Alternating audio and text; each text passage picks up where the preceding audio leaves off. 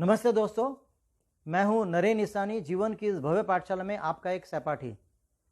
कुछ अनुभव समय के साथ हम भूल ही जाते हैं। कुछ अनुभव समय के साथ हम भूल ही जाते हैं। कुछ अनुभव हमें समय का आभास ही बुला देते हैं, किंतु ऐसे ही अनुभव फिर अविस्मरणीय बन जाते हैं और जीवन की हर परिस्थिति में समझ नहीं दे जाते हैं।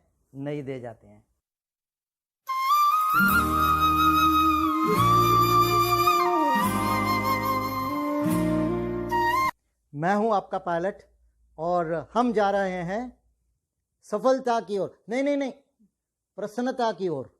नहीं, सफलता थोड़ा मुश्किल है, कहना कठिन है। सफलता भी महत्वपूर्ण है, प्रसन्नता भी महत्वपूर्ण। आपको क्या चाहिए? आपको कहाँ जाना है? थोड़ा कठिन है। ऐसा करते हैं, कुछ बातचीत करते हैं सफलता और प्रसन्नता के बारे में, फिर निर्णय लेते हैं कि कौन सी ज़्यादा महत्वपूर्ण है, सफलता या प्रसन्नता। प्रसन्नता एक मन का भाव है, उसका कोई माप तोल नहीं है। कुछ लोग छोटी छोटी चीज़ों में प्रसन्न हो जाते हैं और कुछ लोग बड़ी बड़ी चीज़ें, बड़े बड़े पद ओहदे मिलने के बाद भी अप्रसन्न रहते हैं। लेकिन सफलता का मापदंड है। अगर आपके पास बंगला बाड़ी ज़्यादा है, आपके पास धन संपत्ति ज़्यादा है, आपके पास नौकर चाकर ज़्यादा है, तो कदाचित आप सफल माने जाते हैं। कुछ लोग समझते हैं कि सफलता मिली तो प्रसन्नता उसके साथ ऑटोमेटिकली मिल जाएगी, यानी 1+1 फ्री। ऐसा नहीं है। कभी कभी ऐसा भी होता है कि आप सफल तो हैं लेकिन आप प्रसन्न नहीं हैं। उदाहरण के तौर पर आपको बहुत बड़ा पद मिला, आपको बहुत बड़ी नौकरी मिली, लेकिन उसके उत्तरदायित्व से वहाँ जो बैठकें होती हैं, वहाँ जो डेडलाइंस होती हैं, उनके वजह से आप चिंतित हैं और आपने अपनी प्रसन्नता, चैन खो दिया है, तो फिर आपकी प्रसन्नता कहाँ रही? इसी तरह से आपने गाड़ी ली है तो शायद आप सफल हैं, लेकिन गाड़ी का हफ्ता भरने के लिए आप चिंतित रहते हैं, तो फिर आपने प्रसन्नता खो दी। तो कभी कभी सफलता पाने के लिए प्रसन्नता खोनी भी पड़ती है। तो आइए, आपको क्या चाहिए, प्रसन्नता या सफलता? आइए बात करते हैं और फिर निश्चय करते हैं कि प्रसन्नता ज़्यादा महत्वपूर्ण है या सफलता ज़्यादा महत्वपूर्ण है। एक बड़े मज़े की बात बताऊं, हम जो भी करते हैं, जो भी कुछ कहते हैं, जो भी कुछ हमारा कथन होता है, जो भी हमारा निर्णय होता है, उन सब का उद्देश्य एक ही होता है, प्रसन्नता पाना। इसीलिए जब हम सफलता पाते हैं किसी लक्ष्य में, उसके उपरांत भी जो हमें प्रसन्नता मिलती है, वही हमें प्रसन्न करती है। सफलता के बाद भी हम प्रसन्नता में ही खुश होते हैं। वही हमारा सही और सच्चा लक्ष्य है। प्रसन्नता मन का भाव है, लेकिन उसके विपरीत सफलता लक्ष्य के साथ जुड़ी हुई है और ये लक्ष्य हमारे आयु के अनुसार बदलते रहते हैं। उदाहरण के तौर पर बचपन में पाठशाला, विद्यालय में, परीक्षा में सफल होना, वह सफलता होती है। फिर युवान अवस्था में नौकरी पाना, विवाह में सफलता, अच्छा मकान लेना, गाड़ी बंगला लेना, उसमें सफलता। यह जो सफलता लक्ष्य के साथ जुड़ी हुई होती है, वह लक्ष्य प्राप्त होने के बाद में हमें प्रसन्नता दिलाती है, लेकिन वह प्रसन्नता दीर्घकालीन नहीं होती है। लक्ष्य प्राप्त होने के बाद वह धीरे धीरे लुप्त हो जाती है और हर समय इसलिए हम नए नए लक्ष्य ढूंढते रहते हैं और इसी वजह से यह प्रसन्नता जो लक्ष्य प्राप्ति के साथ सफलता के बाद मिलती है, वह दीर्घकालीन नहीं होती है। लेकिन सफलता जो सचमुच में होती है, जो कि एक मन का भाव है, जो एहसास है, यह देखा गया है शोध कार्यों में कि जो व्यक्ति निरंतर प्रसन्न रहता है, प्रसन्नता, जीवन में प्रसन्नता का चयन करता है, क्योंकि प्रसन्नता का हम चयन कर सकते हैं, हम ये संकल्प ले सकते हैं कि हमेशा हम प्रसन्न रहेंगे। तो जो व्यक्ति प्रसन्न रहते हैं, वो जीवन के हर क्षेत्र में सफलता को अपनी तरफ खींच लेते हैं। तो मेरे विचार से कदाचित प्रसन्नता ही ज़्यादा महत्वपूर्ण है। जो लोग कहते हैं कि सफलता हमारे लिए महत्वपूर्ण है, मैं उनसे पूछना चाहता हूँ, कहीं ऐसा तो नहीं है कि सफलता के पीछे भागते भागते उन्होंने अपनी प्रसन्नता कहीं खो दी है, उन्होंने अपना स्वास्थ्य कहीं खो दिया है, उन्होंने अपने रिश्तों में स्नेह सम्मान खो दिया है? अगर हम हर समय सफलता के पीछे दौड़ते रहेंगे तो प्रसन्नता कब पाएंगे? जिंदगी किसके लिए रुकने वाली नहीं है। अब आप ये पूछेंगे कि पता कैसे चले कि कौन प्रसन्न है और कौन अप्रसन्न है। प्रसन्न व्यक्ति वो है जिसके मन में अधिकतर सकारात्मक विचार उठते हैं, दया के भाव, प्रेम के भाव, रुचि, गर्व, सहानुभूति, सहयोग आदि। और अप्रसन्न व्यक्ति वो है जिसके मन में अधिकतर नकारात्मक भाव उठते हैं, गुस्सा, जलजलाहट, चिंता, द्वेष, जलन। तो क्या ऐसा कुछ है कि जिससे हम निरंतर प्रसन्न रह सकते हैं? तो अभी मैं थोड़ी देर में बताऊंगा। मैं बताना चाहता हूं कि मेरी श्रीमती जी के एक मामा है, केवल मामा जी। केवल मामा जी नहीं, उनका नाम है केवल गुप्ता, केवल प्रकाश गुप्ता। तो वो पेशे से वैसे इंजीनियर हैं, 80 वर्ष के हैं, लेकिन बड़े ही अच्छे, बड़े ही ज्ञानवान, बुद्धिमान और सहज व्यक्ति हैं। और उन्होंने 3 वर्ष से इसके ऊपर शोध कार्य किया है कि प्रसन्नता हमें कैसे मिल सकती है। उनका कहना है कि ये जो प्रसन्नता है वो हर एक मन का भाव है, वो हमारे अंदर ही है। बाहर किसी सफलता के पीछे भागने से या किसी भौतिक पदार्थ के पीछे भागने से वो कभी मिलने वाली नहीं है।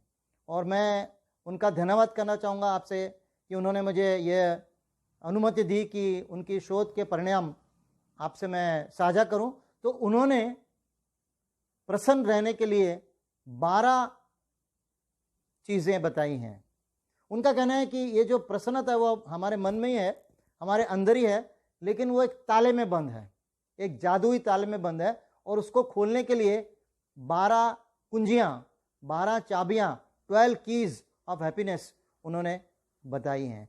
अगर हम वो 12 कुंजियाँ उनको हम समझ लेंगे, उनका निरंतर उपयोग करेंगे, तो उनका कहना है कि धीरे धीरे हमारे जो मन में प्रसन्नता छुपी है, जो कि एक जादुई ताले के ऊपर बंद है, जादुई ताले के अंदर बंद है, वह खुलती जाएगी और हम निरंतर प्रसन्नता का आभास करेंगे। तो आइए हम बात करते हैं उन 12 कुंजियों की। इस अंक में हम कुछ कुंजियां विस्तार से बात करेंगे और बाद में आगे के अंकों में हम बाकी की कुंजियों का विस्तार से विश्लेषण करें। उनकी सबसे पहली कुंजी जो है बहुत ही सरल, सहज और बहुत आसानी से उपयोग करने वाली है, और आप उसी को उसका रोज़ उपयोग कर सकते हैं, रोज़ उसे उपयोग में ला सकते हैं। वह है मुस्कुराहट की महक।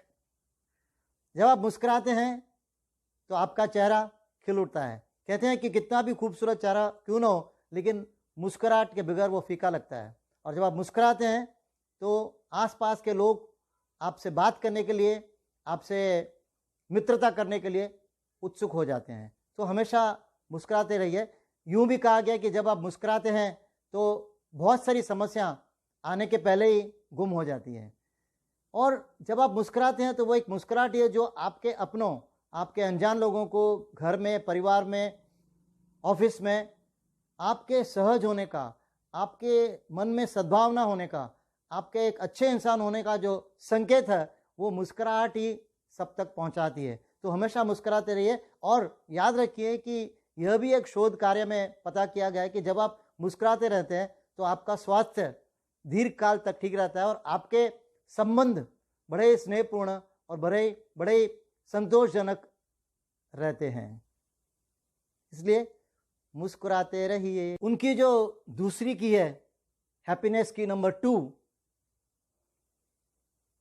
प्रसन्नता की कुंजी, वह है ध्यान से सुनिए। अक्सर हम क्या करते हैं कि जब कोई कुछ हमसे कहता है, घर के अंदर, बाहर, ऑफिस में, या कोई अनजान व्यक्ति हमें कोई बात बता रहा है, कोई आदेश, संदेश, निर्देश दे रहा है, तो हमारा ध्यान इसी बात पे लगा रहता है कि हम उसे क्या जवाब देंगे।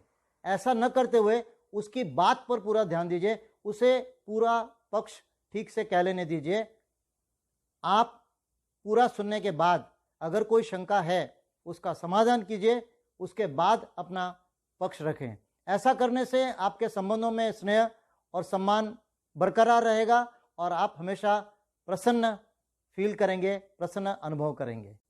थर्ड की टू अचीव हैप्पीनेस जो वो है आप हमेशा मौन रहें, मौन रहना सीखें। हमें बहुत बोलने की आदत है, मुझे भी है, तो कृपया मौन रहें।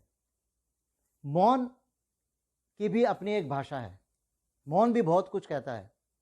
जब आप कुछ कहते हैं तो आपने जो कुछ कहा है उन सब शब्दों के परिणाम के लिए आप उत्तरदायित्व तो हैं, लेकिन जब आप मौन रहते हैं उससे सामने वाला जो भी समझता है उसके लिए आप उत्तरदायित्व उसके लिए नहीं ले सकते।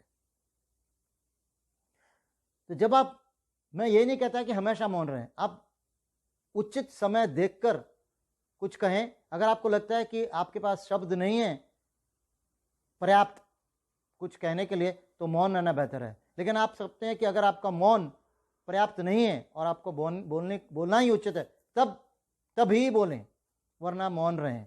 तो आपको यह देखना है कि स्थिति कैसे है, परिस्थिति को ध्यान में रख के परिस्थिति का परीक्षण करने के बाद ही यह निश्चय करें कि आपको कुछ बोलना जरूरी है या आपको मौन रहना जरूरी। और वैसे भी अगर आप मौन रहेंगे तभी तो आप ठीक से ध्यान दे पाएंगे।